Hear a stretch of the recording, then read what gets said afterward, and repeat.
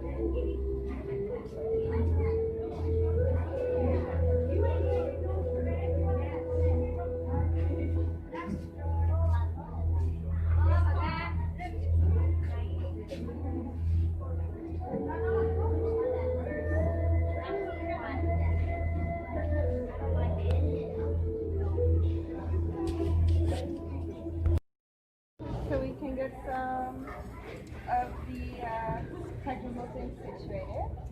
But thank you for joining us at the Merced County Fair at our Safari Adventure Live. My name is Tatiana and I work for an amazing company called Pacific Animal Productions. We are an education and outreach facility located in Fallbrook, which is northern San Diego County. Okay? And so all the animals that you see in this room were either donated to us from another zoological facility or wildlife park, or they used to be somebody's pet and they were no longer able to take care of them. So this is Lenny on my fist. You might have seen him earlier over there. And he is a Moluccan Cockatoo, or salmon-crested cockatoo, because he has these beautiful salmon-colored feathers right there, right underneath his crest.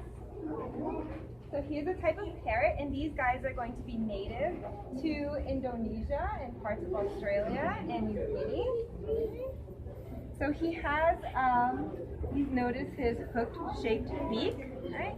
So a lot of the things that they're going to be eating are going to be nuts and seeds, and that beak is so strong that he can actually bite a broomstick right in half. So a lot of you guys might have noticed him screaming earlier. That's one of the things they like to do. So they like to scream early in the morning to wake up the rest of the flock.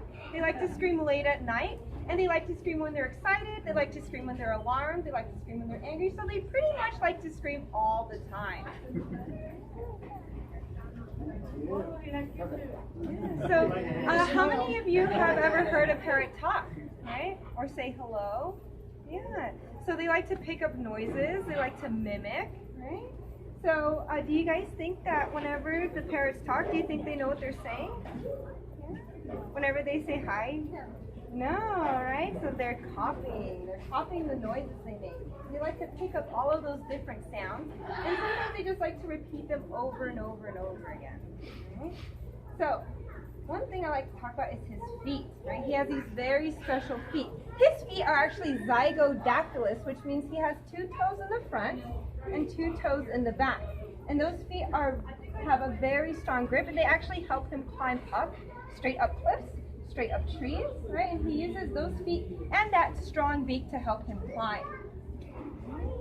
So a big question that I get asked a lot is, how come the birds aren't just flying around this room? You know, why are they just sitting up there? The answer is they can fly, but they choose not to, because to a parrot, flying takes a lot of energy, right? So equivalent to us, if a parrot were to fly to us, that would be like sprinting as fast as we can, because they're using all of those muscles right here in the front, and it is a lot of energy for them. All right. So a lot of people do ask, like, oh, how much is he? Well, this guy is not for sale. In fact, he used to be somebody's pet. And the reason why he is with us now is because, one, he's really, really, really noisy, right? 2, these guys live a long time. Okay? These guys can live up to in their 80s. So that is a long, long, long commitment for a pet. You might have to put them in your will so that your grandkids can take care of them.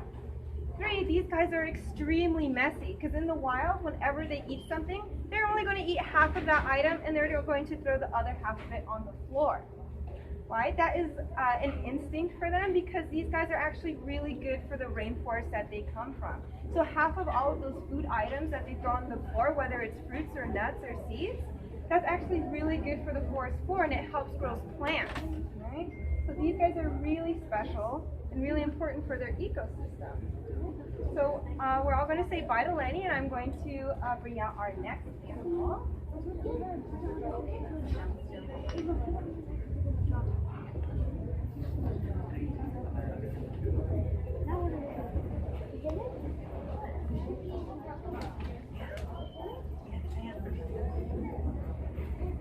Alright, so our next guest, this is Graham, and he is a European ferret. What is that?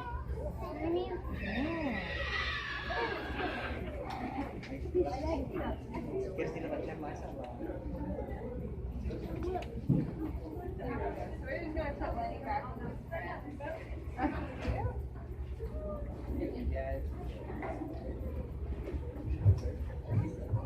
Can everybody hear me okay? Yes. All right, so let's continue. So this is Graham, and he is a European ferret. Yeah, you guys can go ahead and pet him right on the back. So these guys are actually a domesticated version of the English polecat. Right? Yeah. So whenever you pet him, go ahead and smell your hand afterwards. Right? He has a very interesting smell. These guys are actually related to skunks and otters. Yeah, I can come around over here. Now they don't smell as bad as a skunk, but they do have all these scent glands on their body that give them that musty smell. So they kind of always smell like armpits or a dirty sock after a long gym day. So these guys are strictly carnivores, so they're going to have those canines like your dog or cat would, and they have these amazing elongated flexible bodies, right? Because these guys are mainly going to look for food in burrows. So one of the things they're going to like to eat are squirrels, rabbits, rats, rodents, right? These guys have a unique history. So hunters back in Europe would take these guys and put them down rabbit holes so that they can chase the rabbits out the other end of the hole. And the hunters would usually send a hound after them. And then back in the 1800s, when settlers were coming from Europe over to the United States, they actually took the ferrets and put them on the cargo ships so that the ferrets can eat the rats and mice that stowed away on the ships. And when they got here to the United States, farmers took ferrets and put them in the barn so that they would eat the rats and the mice in the barns. Now these guys are a lot like cats, where they can sleep 12 to 16 hours a day, but when they're awake, they are curious little creatures and energetic, and they like to get into absolutely everything. Because if his little face can fit through that opening, so can his entire body.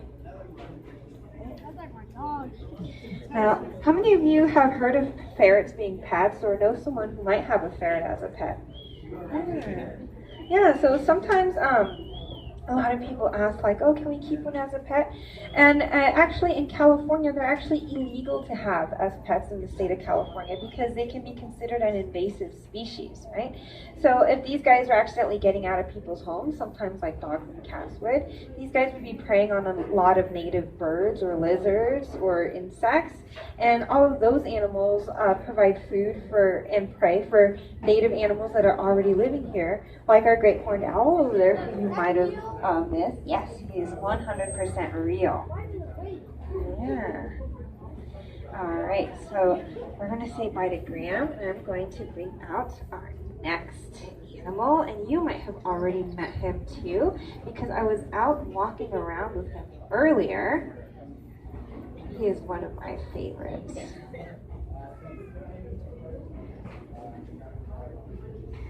So this is Bouncy, and he is an African ball python. Right? And who here is a fan of snakes? Cool. Who here is afraid of snakes? You're going to get over your fear today. So a lot of people think that snakes are wet, slimy, or cold.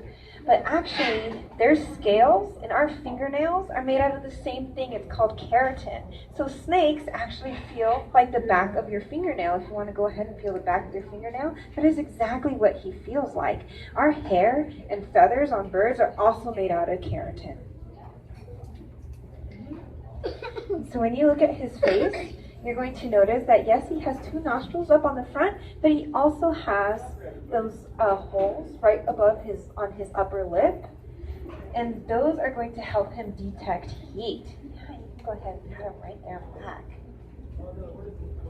So snakes actually do not see like we do. So if he's looking at you, to him, right, you look like a big red blob. Because all he is seeing is heat, and he's using those sensor pits to help him detect his prey. What about if it's cold? Yeah, so if it's cold, right, everything's going to be really dark to him. So that's why when he picks up heat signatures, it's going to pop out a lot more, and that's going to help him find his prey. And another amazing thing that he uses is that tongue. Sometimes he'll stick it out. He sticks it out pretty often, right? But when he sticks that tongue out, he's actually smelling. They don't use their tongue to taste. So snakes have an organ on the roof of their mouth called the Jacobson's organ, and every time that tongue comes out, it's pulling in particles, pheromones, and chemicals, and all of these microscopic things that we can't see in the air, pulls it back into that organ, and that's going to tell him what is in his surroundings. So he could probably smell who took a shower this morning and who didn't. All right, does anyone want to have a staring contest with him? Yeah? Come on up. All right, so go ahead and on the count of 3. 1, 2, 3.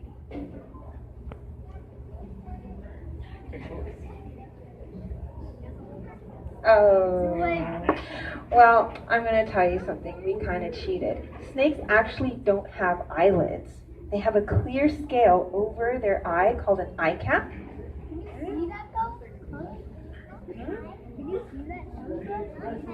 Yeah, and so when they shed their skin, they actually shed every single scale off of their body, including that eye cap. So you can actually see the snake's old face on their old shed.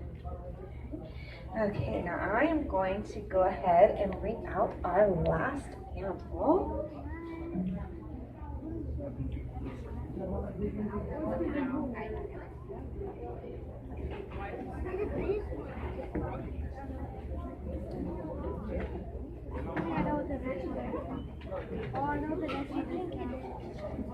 This is Tyrone,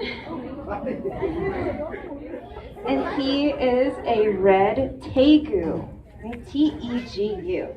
And these lizards are from South America. They live in parts of Argentina and Paraguay. You can go ahead and pat him right there on the tail.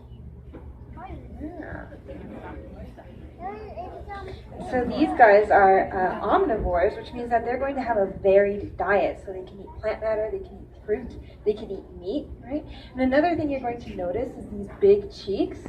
This is where he's going to store most of his fat. To us, it looks kind of funny, but to the females, it's very, very attractive because that tells the female that he's healthy, he's eating, and he can produce some pretty good offspring. Okay. So he is not the biggest of the beasts in where he's going to be living. He does have natural predators like pumas, jaguars. So what he's going to do in his defense is, you see this big tail right here? He's going to use this tail and whip it around, because at the very end it's very, very thick, it's very, very callous, and if he were to whip something, it could cut your skin pretty good and leave you a pretty nasty bruise. Alright, how many of you guys have ever heard that reptiles are cold-blooded? Yeah, it's pretty common. So their blood isn't actually cold. It's actually going to be the same temperature as the environment around them. So reptiles, all reptiles are ectotherms. So ecto meaning outside and therm meaning temperature, right? So you can see that he's got that tongue, same as a snake. So he also has that organ on the roof of his mouth. So he's also pulling in all those particles and pheromones, all those things in the air, and he's just finding out where all of you guys are in his surroundings, right? And that also helps him look for his prey. These guys have really strong claws, and they like to dig, they like to burrow. They'll usually take over a burrow that has been occupied by another animal. Okay, so he was our last animal. I want to thank you guys for joining our Safari Adventure Live, and have a rest of a good day at the fair. And anyone is welcome to come on up and give him a pat on the back.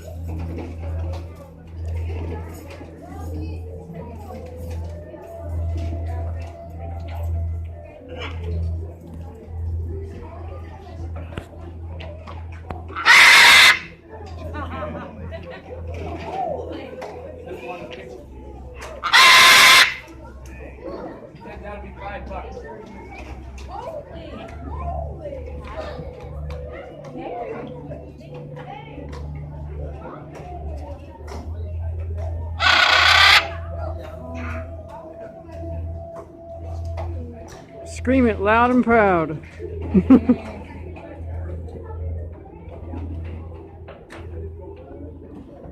Gotta scream it loud and proud.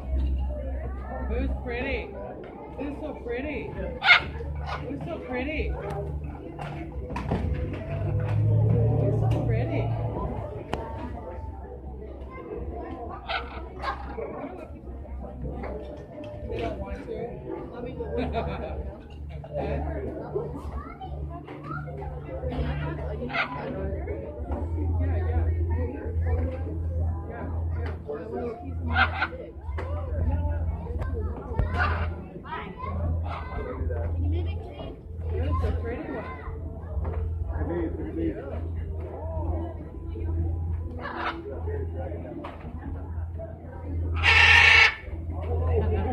Loud and proud.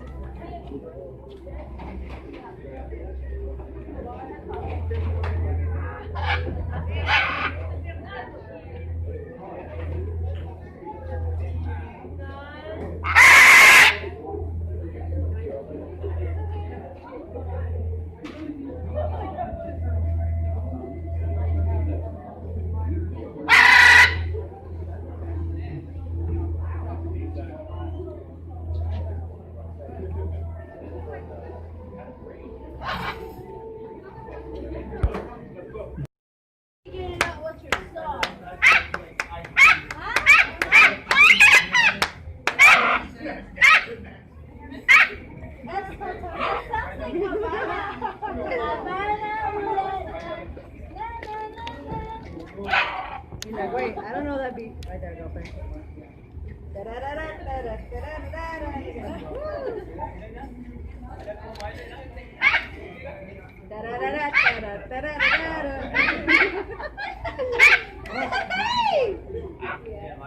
Crazy. Guys, get them on back. Okay, Yeah, I'm gonna do it. Yeah. There, dude. Whatever.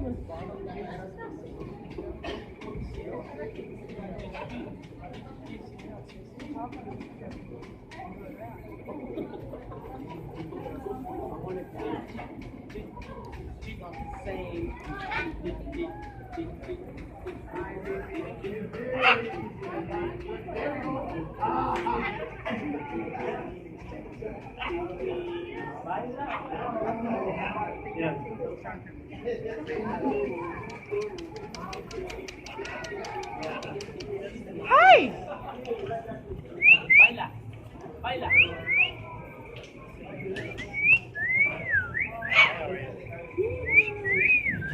Birdie, birdie.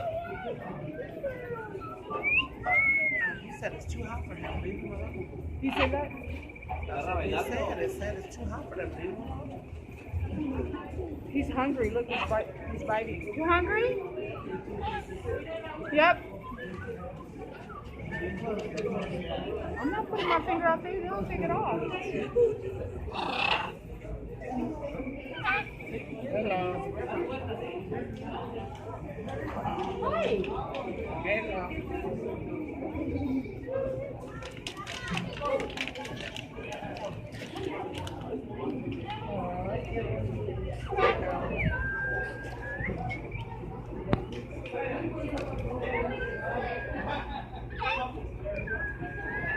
Mira que está bailando.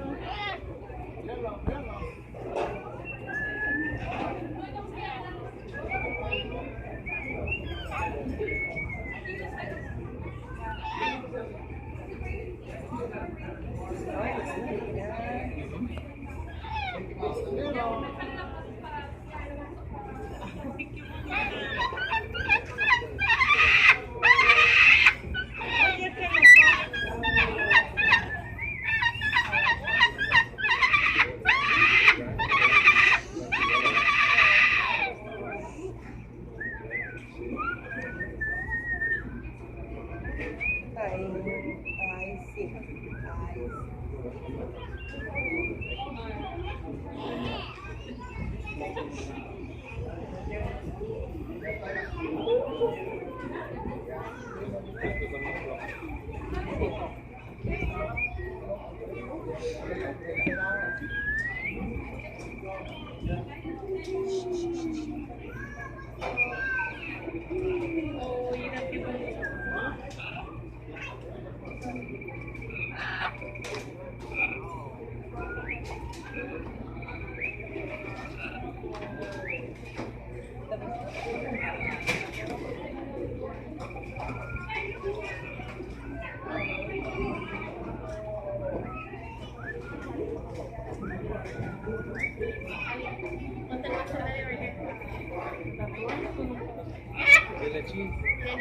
The sheep. Yeah.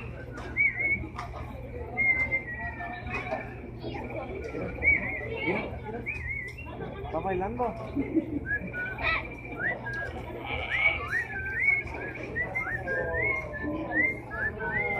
¿Está bailando?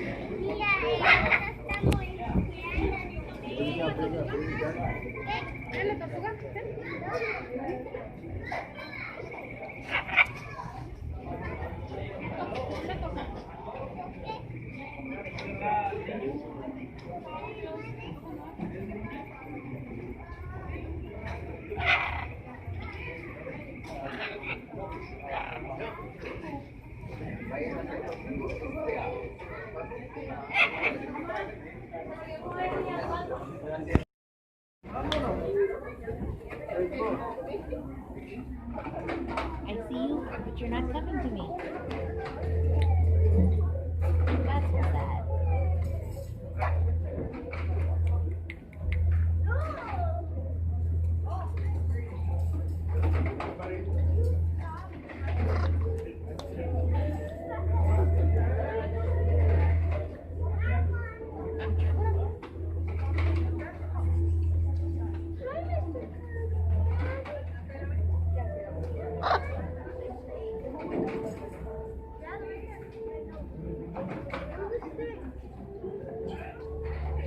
Want to take a picture? No? Yes?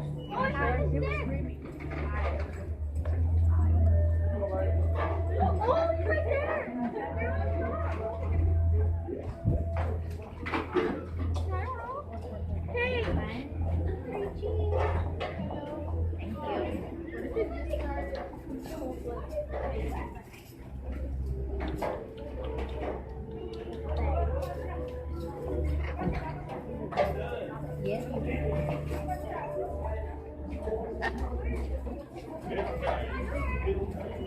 Look at your friend.